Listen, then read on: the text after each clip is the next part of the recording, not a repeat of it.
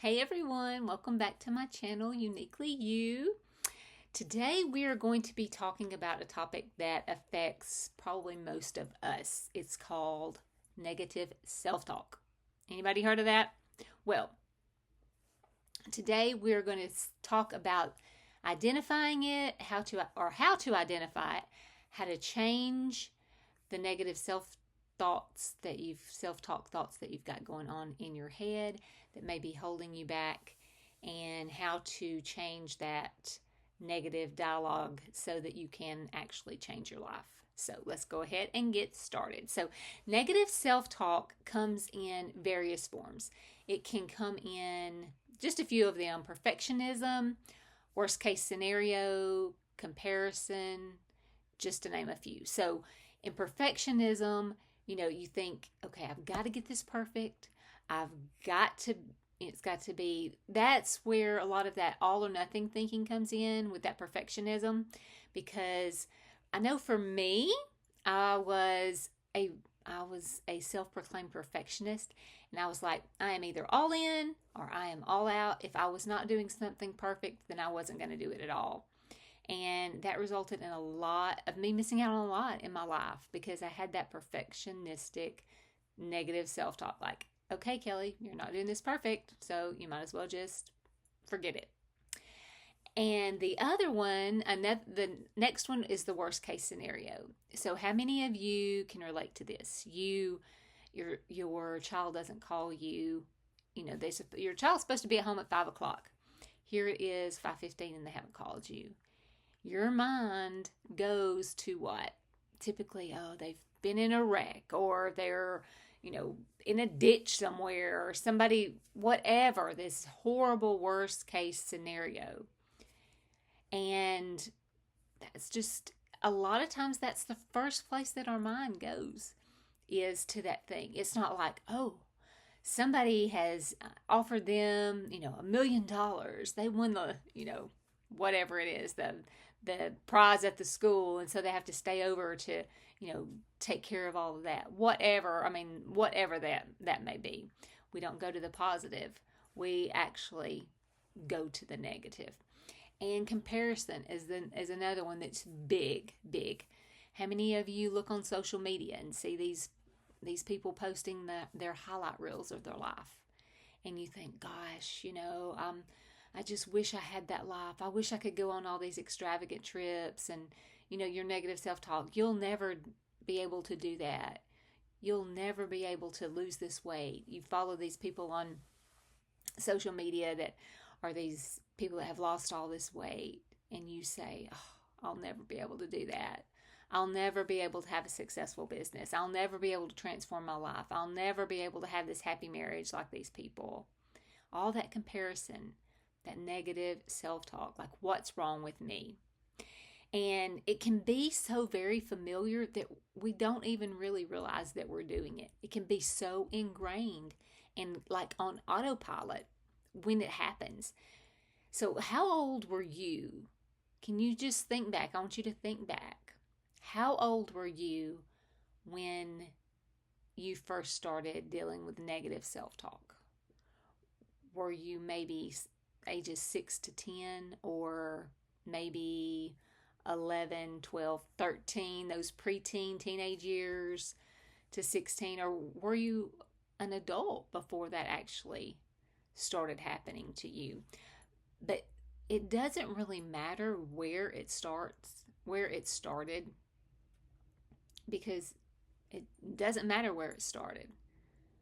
What matters is the fact that you can change the channel that you're listening to, because that negative self-talk is like a channel that you've got going on in your head. And maybe, are you listening to, what channel do you have it programmed to? Is it I'm not enough channel, or I'm never going to lose this weight channel, or it could be I'm an emotional wreck channel, this is too hard channel.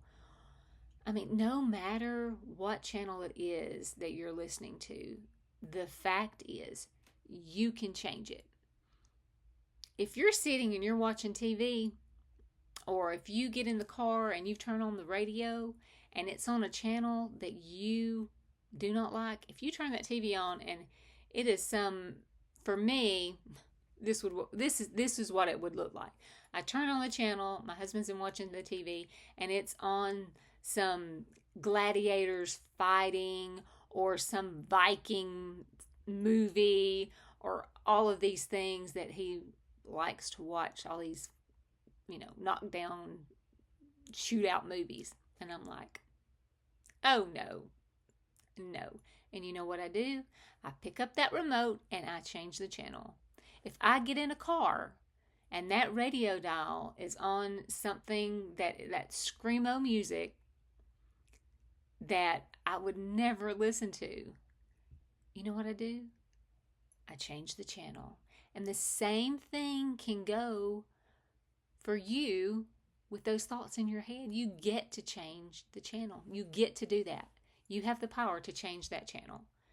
Because your negative self-talk, the self-talk that you've got going on in your head, it's your soundtrack for life. So make it a hit. Make it something that you want to listen to. Make it something that's pleasing to you, that's positive. Because you get to choose. You get to choose that negative self-talk. You get to choose whether to keep it or whether to kick it to the curb. So I'm just going to tell you a story. So for many years, this is something that I dealt with. For many years, I always told myself that people didn't remember me. That people I went to high school with and people that I went to church with, people that knew me from the community, that they didn't remember me. Like I said, if I would see them later on in life.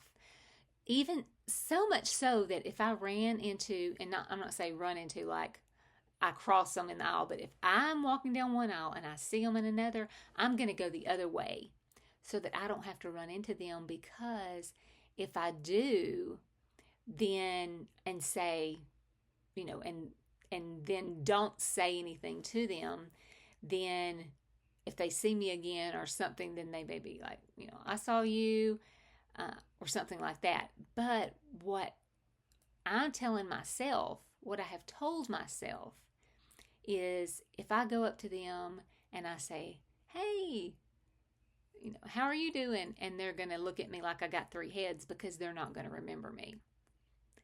It was always that way for me. I just thought wasn't memorable. So it didn't really dawn on me until one day I was in the bathroom. I was getting ready to go meet a girl that I go to church with. Now, mind you, I go to church with this lady. She sees me all the time. I mean, I'm going to meet her at a coffee shop. I look in the mirror and I'm like, I'm so glad that I have this t-shirt on, because she'll recognize me if I have this certain t-shirt on. And I felt the Lord say to me, Kelly, you're not invisible. And up until that point, I don't think I really realized. I didn't have an awareness. It was that negative self-talk was on automatic, so much so that I didn't even really realize that I was seeing myself as invisible. But ever since that day, what has happened is I've seen people and I've run, and I've approached them and said, hey, how are you? And I don't think there's been any times when they haven't remembered me. But if there was, I came to the conclusion, I came and shifted my perspective to say, if they don't remember me, I have acknowledged them. I maybe have just saying a kind hello to somebody. Sometimes you don't know what they're going through. So it gives me the opportunity to bless them, to be a blessing to them, to smile at them. And just that change in perspective, it took my eyes off of me and allowed me to see that, like, I can be a blessing to someone, even if they don't remember me. So I don't want you to be a victim to negative self-talk, because you're the one that's listening to your self-talk. You're the only one that hears it. And would you put up with your child being talked to the way that you talk to yourself? Would you put up with your sibling or your friend, your best friend, being talked to that way? No, you wouldn't. It's called verbal abuse. So if you wouldn't allow that to happen to your best friend, if you wouldn't allow that to happen to your child, then why are you speaking to yourself that way? And I mean, why are you basically verbally abusing yourself? I mean, break up with that voice in your head like it's a bad ex-boyfriend and kick it to the curb, because you are the one that gets to choose. You get to choose those thoughts that stay in your mind. Is that negative self-talk holding you back? I mean, you don't have to stay stuck in it. You deserve to treat yourself better, speak to yourself better than that, and break the cycle of it. You deserve a voice speaking to yourself that is going to nurture you, encourage you, uplift you, be your own best cheerleader. Not one that's going to keep you defeated, not one that's going to keep you beaten down. So start transforming that inner dialogue and give yourself that support and that kindness that you would to your best friend. And sometimes, just sometimes, negative self-talk can show up like a sheep in wolf's clothing. And what I mean by that is it can come in sounding very charming. It can say things like, "Oh, you've just had such a hard day. You deserve this ice cream that you can sit down and just chill. It's going to, bring you comfort. Oh, the kids have been driving you crazy all day. Just sit down here with these Doritos. They're going to make you feel so much better. Oh, you deserve it. You've had such a hard day. You have had a stressful day. You have had to deal with all this today." See how it can be real tricky? It may not sound negative, but it's not getting you to where you want to be. It's not leading you toward your goals.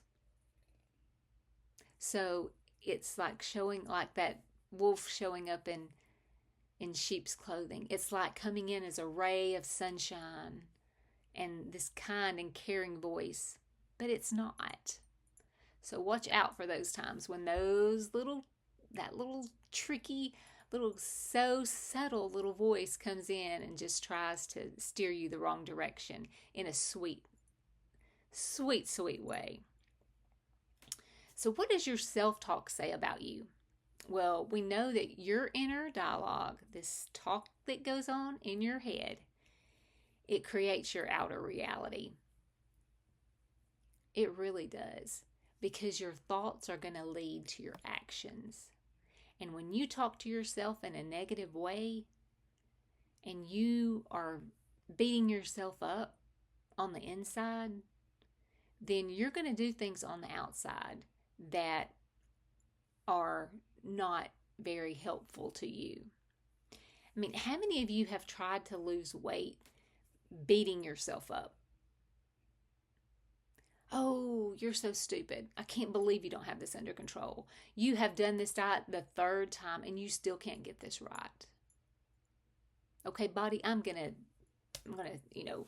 you will submit to me and you're gonna do this because you're too fat," and saying all these negative things to try to get you to lose weight.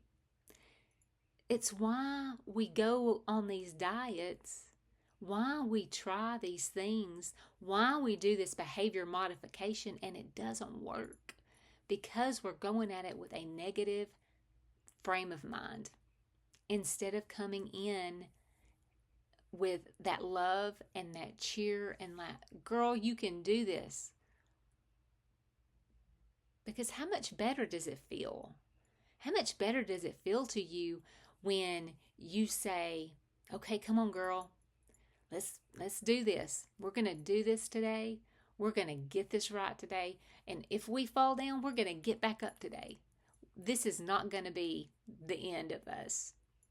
We're not going to throw in the towel when this is not a perfect day. You have to change that negative self-talk. It's just going to keep leading you down the wrong road if you don't. It starts with the way that you think. And that part of that thinking is that negative self-talk. It is more influential to you than any other voice. You cannot get away from you. You can't get away from you. You've got that talk going all the time. You can get away from other people, but you can never get away from yourself.